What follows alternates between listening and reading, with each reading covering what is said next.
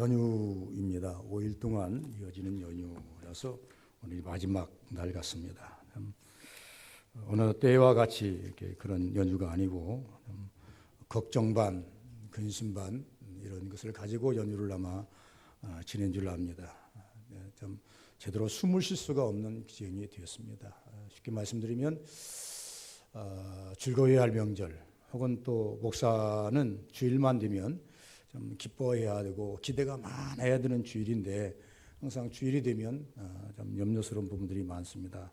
그래서 국가에서 나오는 지표를 바라보면서 혹은 또 어떻게 대처를 해야 되나, 어떻게 또 이끌어 가야 되나 이런 생각을 많이 해봅니다. 더불어서 또 어떤 생각도 해보냐면 지치고 힘든 이 시대에 우리 성도들에게 어떤 말씀을 주어야, 어떤 말씀을 선포해야 위로가 되고 힘이 될까, 많은 고민들을 수없이 해봅니다. 그러면서 기도합니다.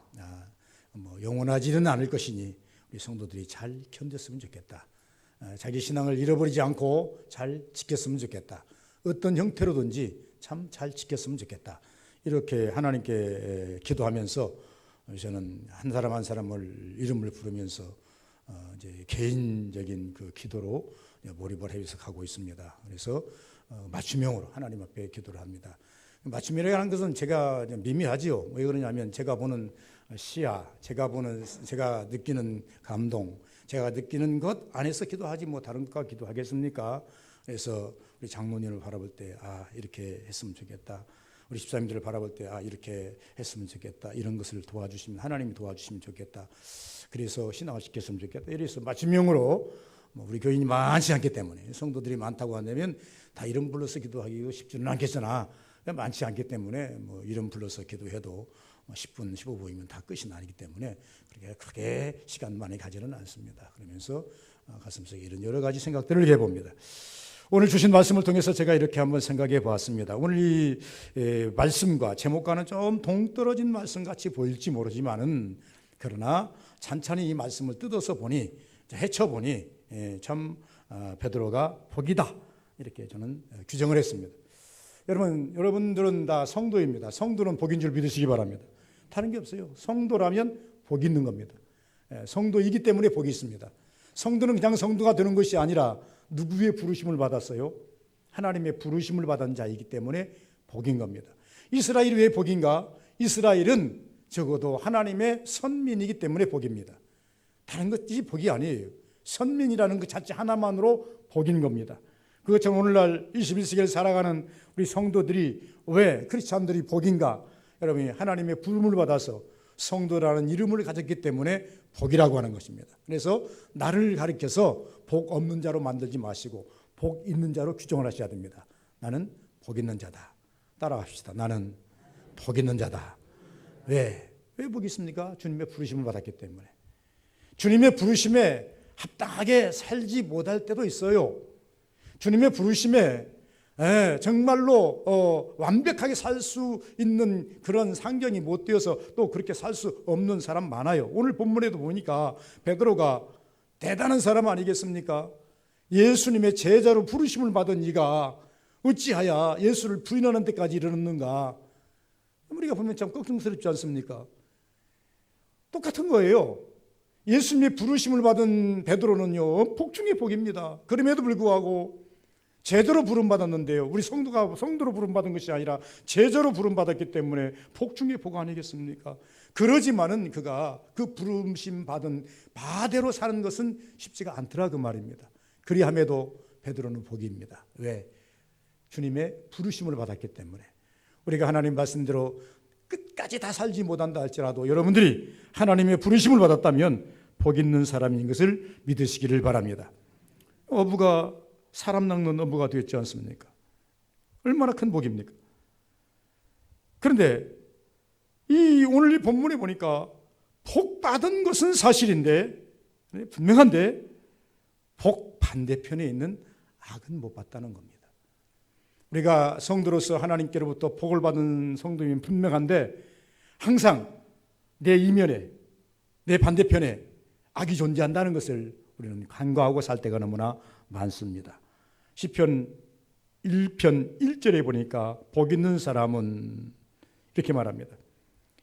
복을 지키기 위해서 어떻게 하라 그랬습니까? 복 있는 사람은 다른 사람은 말하지 않았습니다. 이스라엘이 복 있는 사람이고, 제자로 부름받은 베드로가 복 있는 사람이고, 오늘날 여러분과 저가 복 있는 사람입니다.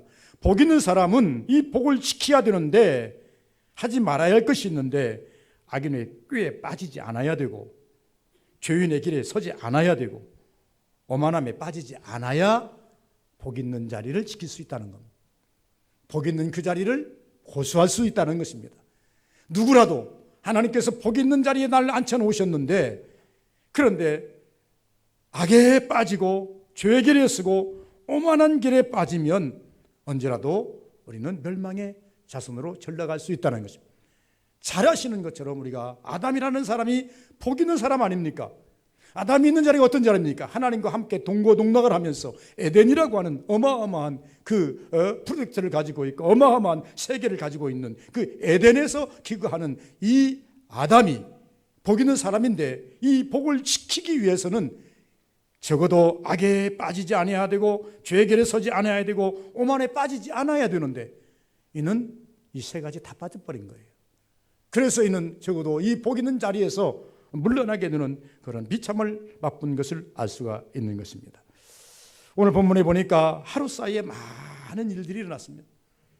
참 격변 속에 살았다고 해도 과언이 아닐 만큼 이 베드로는 하룻밤 사이에 어마어마한 일을 지금 살고 있습니다. 우리나라가 지금 전 세계가 코로나19로 인해서 작년 11월 달부터 발생이 돼서 우리나라는 저보다 2월 달부터 이제 나타나기 시작해가지고 이제 코로나19가 확산이 돼서 전국 확산이 돼가지고 끊이지 않고 계속 나타나고 있는데, 한 번도 가보지 않은 한 번도 우리가 시행해보지 않은 이 새로운 길을 가다 보니 정말로 걸리는 것도 많고 넘어지는 것도 많고 두렵기도 하고 이런 것들이 너무나 많습니다. 그래서 우리가 1년도 테스트되지 않았는데 어마어마한 것들이 우리 주변에 이게 불편함이 얼마나 많은지 모릅니다.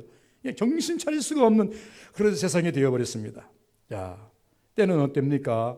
유월절, 유대인의 명절 유월절입니다. 유월절의 주인공은 예수님이라고 분명히 말씀했지만, 그러나 유월절입니다. 제자들에게 만찬을 준비하라고 그럽니다. 그리고 만찬을 준비하고 거기 참석하고 만찬이 끝난 다음에 겟세마네 세족식 끝나고 겟세마네 동산에 올라가서 밤이 맞도록 기도하고, 그 새벽에 또 내려오다가 예수님이 체포를 당해가지고 예수님이 이 가야바의 뜰로 끌려 들어가는 그 장면이 지금 오늘 이 본문 속에 수록이 되어 있습니다. 그래서 베드로는 이 하루 밤 사이에 어마어마한 일들이 일어났는데 한 번도 이 베드로는 이 예수님을 떠나지는 않았습니다. 참 이것이 베드로예요. 격변 속에 살면서도 베드로는 자기 의지를 내세웠던지 믿음을 내세웠던지 어쨌든 간에 어디를 떠나지 않았어요? 예수님을 떠나지 않았어요. 예수님 떠나지 않았기 때문에 어디까지 들어갑니까? 가야바 뜰까지 뚫고 들어갑니다. 성공했어요. 정말로 그 정도 신앙이라고 한다면 우리가 인정해 줄 만한 신앙이다, 이렇게 볼 수가 있는 것입니다. 그런데 문제는 뭐냐면 거기서 예수님 부인했다는 것입니다. 잘 따라갔는데, 아무리 동선을 한번 살펴보십시다. 유월절을 준비하라 그럽니다. 얘들아, 너희들 유월절 준비하라. 어디서 준비할까요? 야, 동네에 나가봐라. 그러면 물동이를 이고 하는 여인이 있을 것이다. 따라가서 이 우리 선생님이 이제 오늘 만찬할 유월절 지킬 장소가 어딥니까? 하면 가르칠 거다. 거기다 준비해라. 아니, 가보니까 정말로 물동이를 이고 낮인데 여자가 물동이를 이고 가니까 따라갔어요. 그래서 우리 선생님이 말씀하시는데 혹시 우리 선생님이 유월절을 지킬 만한 그 장소를 물어보라던데 어딥니까? 그러니까 마가의 다락방을 가르쳐줘요. 거기 들어갔어요. 다락방에 들어가서 만찬을 즐기지 않습니까? 여러 가지 말씀이 있으니까 세족식도 하지 않습니까? 그래서 베드로가 말합니다. 선생님, 나는 내 발 씻으면 안 됩니다. 그러니까 내가 네 발을 씻지 않은 데와 나의 상관이 없느니라. 그러니까 그러면 내 몸까지 씻어주세요 하고 몸까지 내밀었지 않습니까? 그러고 난 다음에 가자. 우리 쉴 때가 아니다. 기도하러 올라가자. 이 기도하러 올라가서 겟세마네 동산에 올라가서 이제 땀이 핏방울 되기까지 예수님께 기도를 하고 진액을 쏟지 않습니까? 이렇게 어렵게 엄청 어려운 자리를 따라간 거예요. 엄청 어려운 자리를 따라가서 끝까지 따라갔는데, 그런데 그 끝자락에 예수님을 부인해버렸다고 하는 것입니다. 베드로 사도가 죄를 지은 것처럼 우리 또한 죄를 지을 수 있는 확률이 얼마나 많은지 모릅니다. 왜 그러면 베드로가 이와 같은 잘못과 죄를 범했을까? 저는 세 가지로 생각을 해봤습니다. 하나는 사단의 시험을 안이하게 생각했다. 사탄의 시험을 안이하게 생각했다. 여러분 혹시 영이 하나님이 보이지 않기 때문에 안이하게 생각하십니까? 사단이 내 눈에 보이지 않기 때문에 안이하게 생각하십니까? 그러나 정말로 우리가 믿음을 가지고 사는 성도들이라면 하나님은 영이시며 하나님은 살아계시니 여러분 코람데오 신앙, 하나님 면전 앞에서 사는 신앙을 고수하시길 바랍니다. 더불어 이면 속에 사단이 있는데, 어둠이 있는데 어둠도 항상 내 언저리에서 호시탐탐 나를 노리고 있다는 것을 인지하고 사시길 바랍니다. 이것이 신앙이라 그 말입니다. 그래서 두 번째는 자기를 과시했습니다. 예수께서 말했지만 오늘 밤 나를 다 너희들이 나를 떠나리라. 선생님 결코 다 버릴지라도 나만큼은 예수님 떠나지 않을 겁니다. 절대 나는 예수님 지킬 거예요. 과시를 하지 않습니까? 더 나가서 오늘 이 본문의 어린 소자에게 나는 예수 몰라, 그런 사람 알지도 못해, 그 누구야, 그 저주를 해버리는 데까지 이르지 않습니까? 그 왜 여기까지 왔습니까? 자기 보호 본능입니다. 보호 본능. 나 살겠다고 예수를 팔지 말라는 겁니다.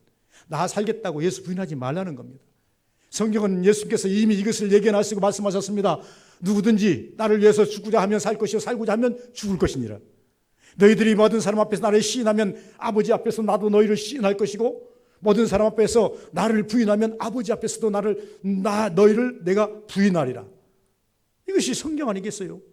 이미 예수님께서는 겟세마네 고난을 통해서 십자가에 치시기 전에 많은 사람들에게 이미 이 모든 것들을 다 제자들에게 알려주었다 그 말입니다. 그럼에도 불구하고, 그리함에도 불구하고 베드로는 자기 보호본능, 여러분 혹시라도 우리가 나 보호본능을 위해서 신앙을 찾고 밀어냅니까? 그것은 결코 좋은 일이 아니라고 하는 것입니다.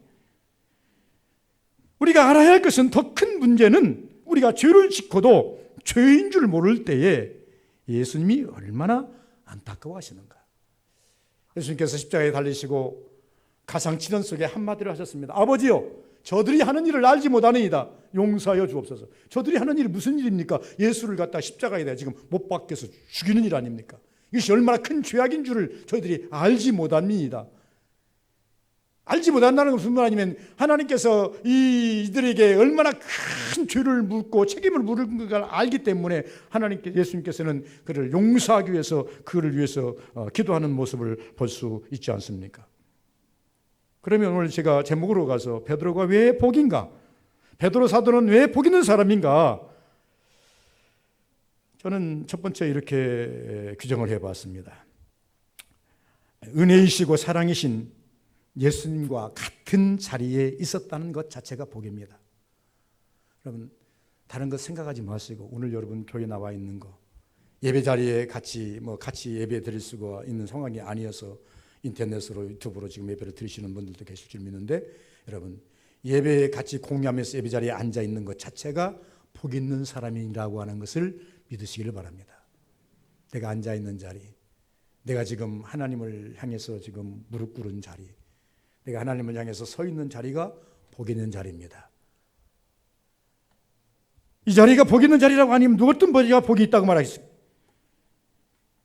교회 역사를 보면 다소 미흡한 신앙을 가졌어도 교회에 꾸준히, 말씀 앞에 꾸준히, 성령 앞에 꾸준히 남아있는 자는 어느 때인가 은혜를 받는 것을 볼 수가 있습니다. 은혜는 항상 임하는 게 아닙니다. 때때로 3년 6개월 동안 비가 오지 않았다가 어느 날 비가 몰아치기도 하고, 어느 날은 홍수처럼 비가 내리기도 하다가 또 안 오기도 하고, 이것이 일반적인 은총이라고 한다면 특별한 하나님의 은총도 똑같습니다. 우리가 잘 아시는 사도 뭡니까? 다윗이라는 왕도 때로는 고난의 역경에 쌓이니 몇 년 동안 유배 생활을 하면서 정말로 하나님 나를 버리셨나니까, 정말로 나를 하나님 아버지여 지금 버리셨나이까라고 애통해하면서 기도하는 모습을 우리가 볼 수가 있는 것입니다. 그래서 우리는 왜 은혜의 자리인가? 왜 사도가 복이 있는가? 예수님이 비록 묶여있지만 결박당했지 않습니까? 예수님이 할 수 있는 것도 아무것도 없어요.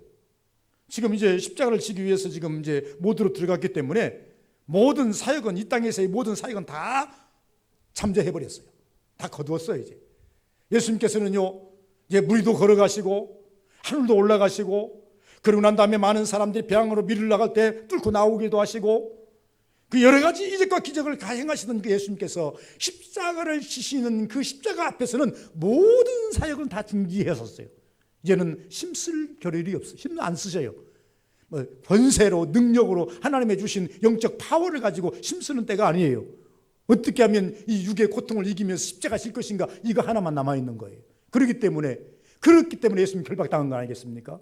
결박당한 예수님이 아무것도 할 수는 없지만, 아무것도 베드로를 위해서 해줄 수는 없지만, 그리함에도 불구하고 베드로는 어디에 있다는 얘기입니까?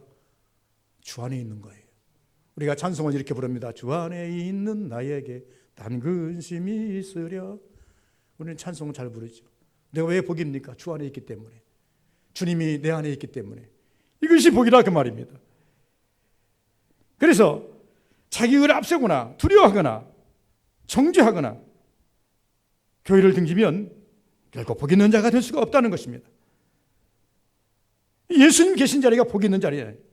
요한복음 6장 68절에 보니까 베드로가 이렇게 고백합니다. 어느 날 예수님께서 부르셨습니다. 5,000명을 먹이셨어요. 다음 날 이제 예수님께서 또다시 그 말씀을 증거하기 위해서 딱 섰는데, 그날은 예수님께서 보리떡을 안 주셨어요. 그러니까 사람들이 오늘은, 어저께는 보리떡을 배음껏 먹고 물고기도 마음껏 먹었는데 오늘은 안 주시나 보다, 그냥 가자 하고 사람들이 중간에 다 가버렸어요. 예수님께서 황량한 그 뒷모습들을 보면서 제자들에게 봅니다. 어제는 저들이 떡을 먹은 까닭이요, 오늘은 떡을 주지 아니하니 저들이 다 물러가는도다. 내가 주려고 하는 떡은 육신의 떡이 아니라 영생의 떡인데, 영생의 떡은 거부하고 육신의 떡만을 찾는구나. 설명을 쭉 했어요. 그리고 마지막에 제자들에게 묻습니다. 너희들도 갈래? 그러니까 베드로가 이렇게 말합니다. 주여, 영생의 말씀이 여기 계시오매 우리가 누게로 가오리까? 여러분, 베드로가 예수님을 떠날 수 없는 이유, 신앙인들이 예수를 떠날 수 없는 이유, 우리가 믿음의 사람들이 교회를 떠날 수 없는 이유, 그 이유는 명확한 거예요. 영생의 말씀이 여기 계시오매 내가 누게로 가오리까? 영생의 말씀이 내 안에 계시오매 내가 어떻게 합니까? 주님 말씀대로 살아야지요. 이게 복 있는 자인 것을 믿으시기를 주의 이름으로 축원을 드립니다. 두 번째는요, 듣는 귀가 있었으니 복이입니다. 오늘 이 본문 속에 보시면요, 베드로를 이제 3번 이제 모른다고 부인합니다. 뭐 이제 앞에는 다 읽었으니까, 장로님이 본문을 다 읽었으니까 읽으면서 전부 다 이것은 이제 액면 그대로, 사실 그대로 지금 즉시해 놨으니까 그냥 읽는 것만으로도 이런 상황이구나 알 거예요. 그런데 61절, 주께서 이제 그 여기 보니까 주께서 돌이켜 보시니, 예, 그래야 다음에 주께서 베드로가 주의 말씀 곧 다 굴기 전에 내가 3번 나를 부인하리라 라고 하는 것이 생각이 나서 닭소리가 딱 들리죠. 60절 보면 내가 하는 말이 알지 못하겠노라 하고 아직 말하고 있을 때에 닭이 곧 울더라. 닭소리에 귀가 번쩍 열립니다. 듣는 귀라고 말합니다. 성경은 하나님의 말씀을 듣는 것에 대해서 계속 말씀하고 있습니다. 사무엘은 사울 왕에게 이렇게 말합니다. 사울 왕이 하나님 말씀 안 들어요. 직접 뭐 자기가 듣고 싶었던지는 모르겠으나 이 사무엘을 통해서 사울에게 이스라엘이 어떻게 가야 하며, 사울 왕이 앞으로 어떻게 정책을 세워야 하며, 사울 왕이 어떻게 하나님을 잘 따라야 할 것에 대해서 수없이 말씀을 해 주었어요. 그럼에도 불구하고 사울 왕은요, 이 사무엘의 말에 귀를 담아 듣지 않습니다. 마이동풍이 한 귀로 또 한 번에 흘러버리고 아예 막아버리고 살아요. 그리고 난 다음에 자기 할 일 다 해버립니다. 자기가 하고 싶은 거 다 해버립니다. 그때 사무엘이 사울 왕에 찾아가서 아주 의미심장한 이 말씀 한마디를 합니다. 왕이여, 순종이 제사보다 낫고 듣는 것이 수양의 기름보다 나은 즉 하나님은 이것을 다 버렸나이다. 왜 그렇게 듣는 귀가 없습니까? 그 말이. 그렇게 내가 당신에게 열심히 설명했건만 하나님의 말씀을 듣는 귀가 왜 이렇게 조금도 없습니까? 세상의 말에 대해서는 귀가 확 열려가지고 이게 뭐 닭팔귀인데 하나님의 말씀은 듣는 귀는 바늘 끼봐도 떡으니 이거 어찌합니까? 로마서 10장 17절에 보니까 이렇게 말씀합니다. 믿음은 들음에서 나고, 여러분 그냥 들음이 아니라 하나님의 말씀을 들으면서 우리는 믿음이 생기는 겁니다. 선지자를 통해서 들려주셨던, 아니면 목사님을 통해서 들려주셨던 오늘 이 본문 속에서 닭소리를 듣고 예수님의 말씀과 매칭을 시켜가지고 깨닫든 어쨌든 간에 계시록 7장에 보니 계시록에 보니까 7교회에 말씀하시기를 귀 있는 자는 성령이 교회들에게 하시는 말씀을 들을지니라 라고 말합니다. 오늘 베드로는 닭 울음소리로 어젯밤 들었던 예수님의 말씀이 새롭게 각인이 됐다, 이렇게 설명을 합니다. 제가 즐겨 부르는 주일학교 찬송 있죠. 꽃가지에 나리는 가는 빗소리 가만히 기울이고 들어보세요. 너희들도 이 꽃처럼 맘이 고와라. 너희들도 이 꽃처럼 맘이 고와라. 시인은 빗소리를 듣는 것이 아니에요. 낙수를 듣는 게 아니에요. 음률로 들어요. 우리 신앙인들은 닭울음소리가 되든 당나귀 소리가 되든 어떤 소리가 되든 천둥 번개 소리가 치든 세미한 음성으로 세미한 것이 바람 소리가 들리든, 여러분 열린 귀는 하나님의 음성을 각인해서 들을 줄 믿습니다.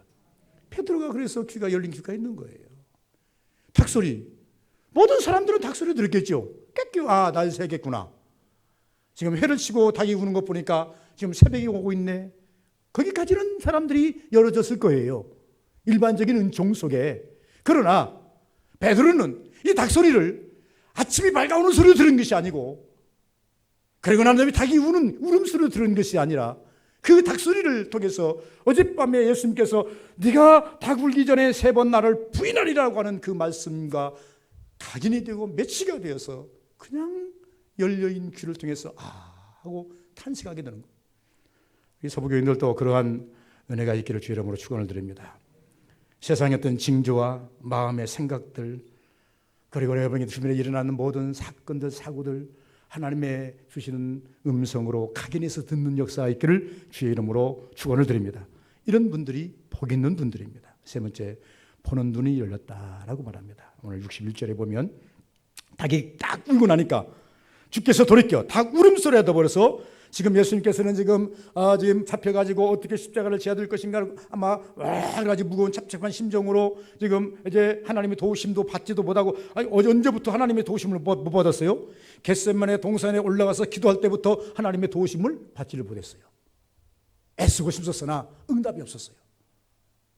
응답이 없어요. 아버지 이에게서 옮길 수에서 옮겨 주옵소서. 그러나 나의 원대로 하옵시고 아버지 원대로 하옵소서. 하나님께도 문 닫아버렸어요.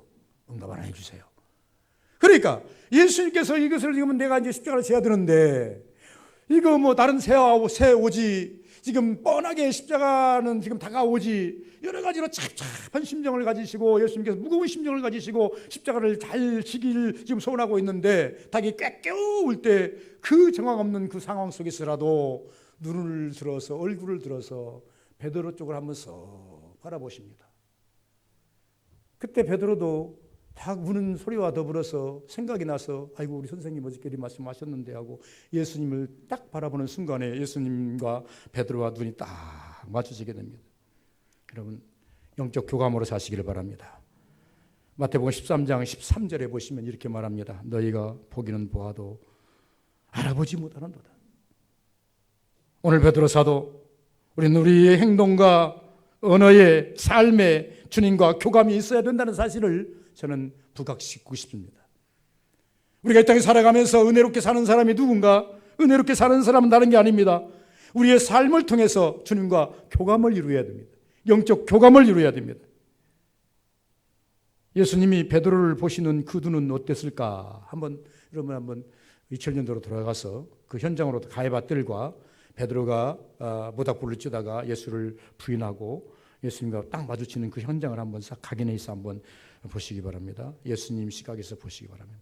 몹시 성난 모습, 몹시 피난한 모습, 몹시 책망하는 모습, 그런 건 아닙니다. 베드로를 바라보신 31절과 32절을 한번 제가 읽어보겠습니다. 이렇게 말합니다. 시몬아 시몬아 보라 사단이 너희를 밀가불리듯 하려고 요구하였으나 그러나 내가 너를 위하여 내 믿음이 떨어지지 않기를 기도하였으니 너를 돌이킨 후에 내 형제를 굳건하게 하라.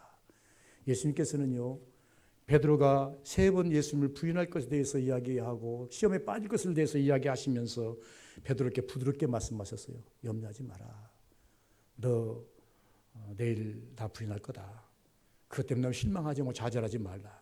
내가 너를 위해서 기도했다. 내가 너를 얼마나 아끼는 줄 아느냐? 내가 얼마나 사랑하는 줄 아느냐? 내가 너를 불렀을 때 그냥 부른 게 아니야. 여러분, 그 음성으로 들으시길 바랍니다. 저를 부르신 하나님이 그냥 불렀겠습니까? 여러분을 불러서 이 교회에 앉히신 것은 그냥 여러분들을 부르셨겠습니까?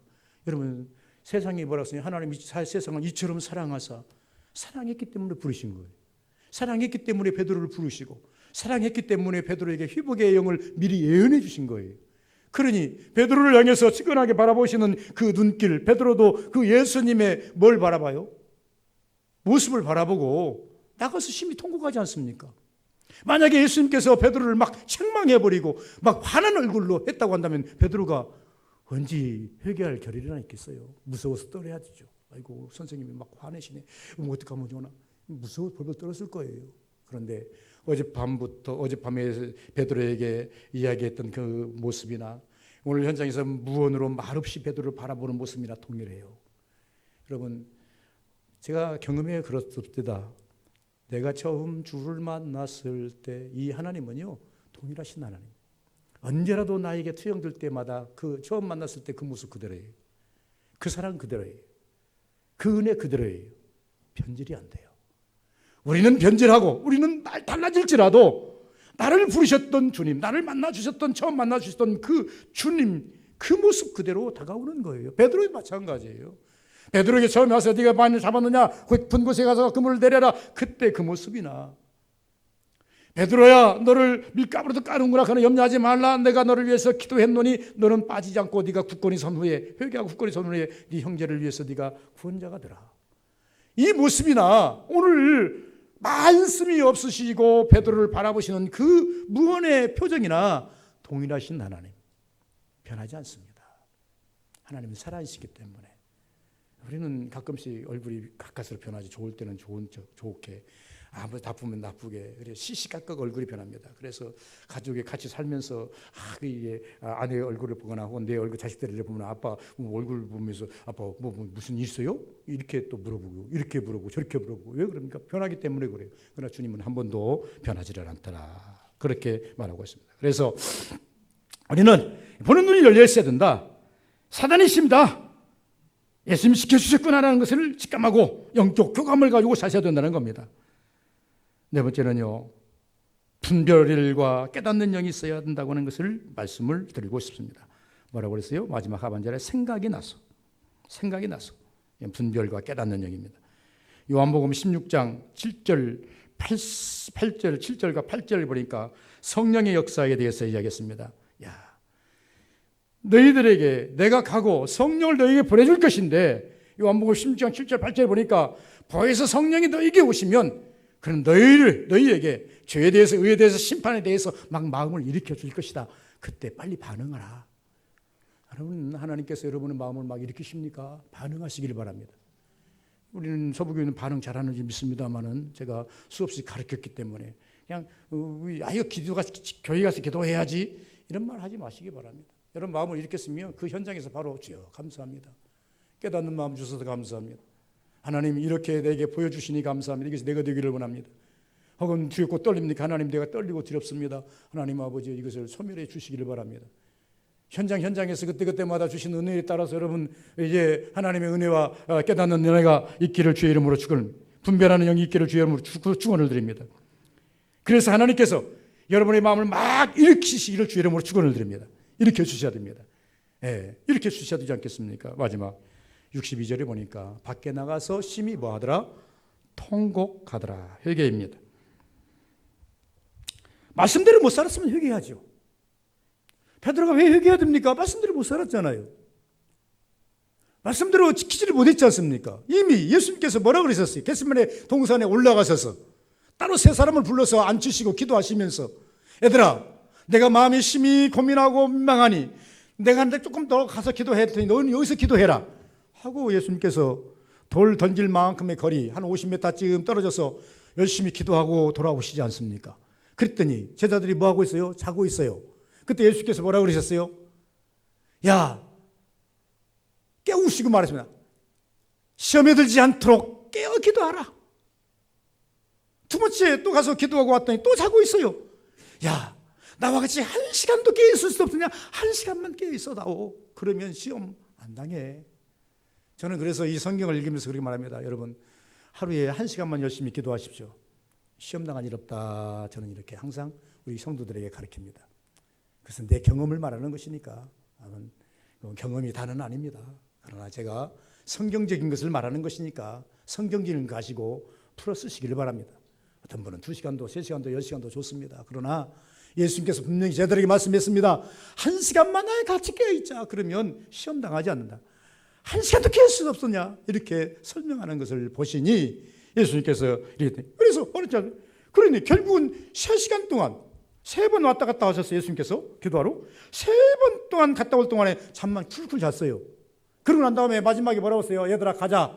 이제 때가 되었으니 가까이 왔구나. 가까이 왔구나. 뭐것이 가까이 오고 있어요 지금? 가룟 유다가 예수를 잡으려고 유대 병정들을 끌고 지금 오고 있지 않습니까? 가까이 왔구나. 이제는 기도 시간 지났다. 그리고 결국은 시험에 들고 마지 않습니까? 예수님 말씀대로 못 살았다는 얘기예요. 예수님께서는 기도하라 그랬는데 못했다는 얘기입니다. 예수님께서는 부인할 것을 예고했는데 그것을 간과했다는 그 말입니다. 과시했다 그 말입니다. 사단의 시험에 넘어갔다 그 말입니다.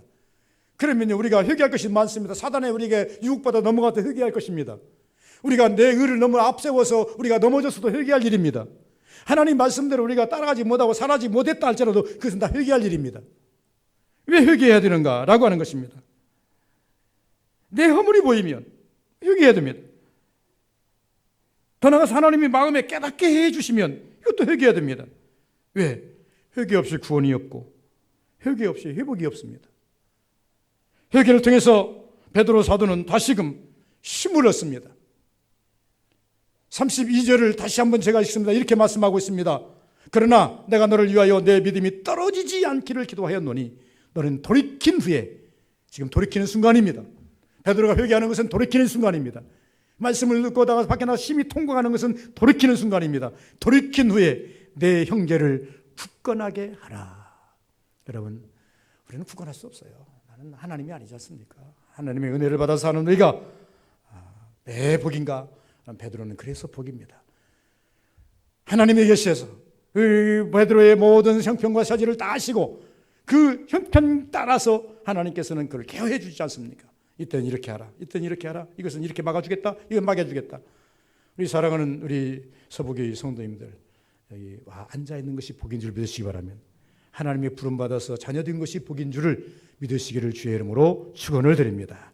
거룩하신 아버지 감사합니다. 복된 역사가 우리 삶 속에 날마다 더하게 하여 주옵소서.